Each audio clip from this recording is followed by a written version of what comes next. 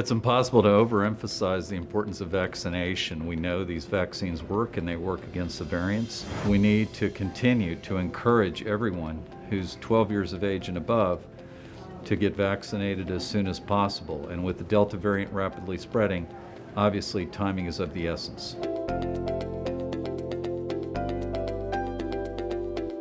The Delta variant clearly is the most contagious variant to date. So we know that it can spread rapidly, and that's obviously a major concern for children under 12 who are wholly unvaccinated. It's also a concern for the many adolescents that are still in the process of getting vaccinated. The Delta variant is presenting itself a little bit differently in children and adolescents. We are seeing more upper respiratory congestion and congestive features, and perhaps less prominence of loss of taste and smell, at least initially. But the reality is that similar symptoms that have been certainly apparent throughout the pandemic continue to be the case in children and adolescents, where we may see fever, fatigue, a variety of upper respiratory symptoms. Any child who has these symptoms consistent with an upper respiratory tract infection should be evaluated for COVID-19. It's important for parents of children 12 years of age and above to certainly get their children, their adolescents, vaccinated as soon as possible. Of course, masking, distancing, sanitizing, the safe behaviors we learned in 2020, we must continue to practice, and so parents need to have those conversations with their children in anticipation of the school year, and to also recognize that all children under 12 now will start the school year unvaccinated, so masking will be even more important for that group. Remember that any symptomatic child should stay home. We want to keep other children safe, prevent the spread of this infection as much as possible.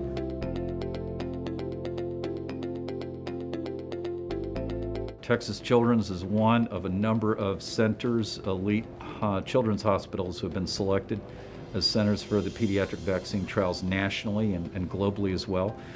And so we're partnering with Pfizer and Moderna currently to try and bring the mRNA vaccines for COVID-19 to children younger than 12 years of age as soon as possible.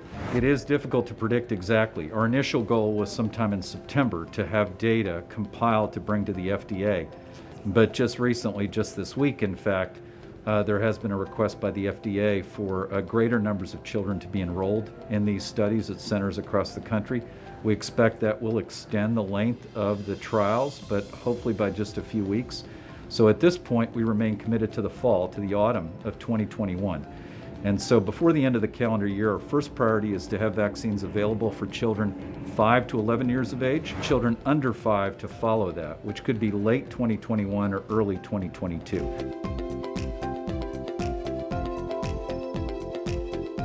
So it's important to keep in mind that we have seen a tremendous amount of RSV, respiratory syncytial virus.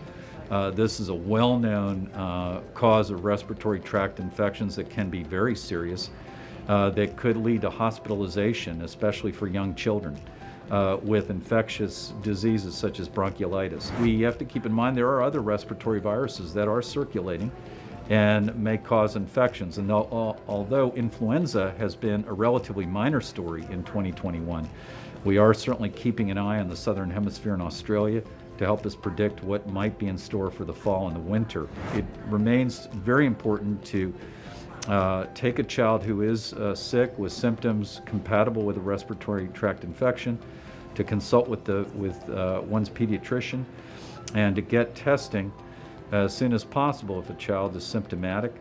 And the tests that we offer can certainly enable us to diagnose COVID-19 as well as other respiratory viral infections.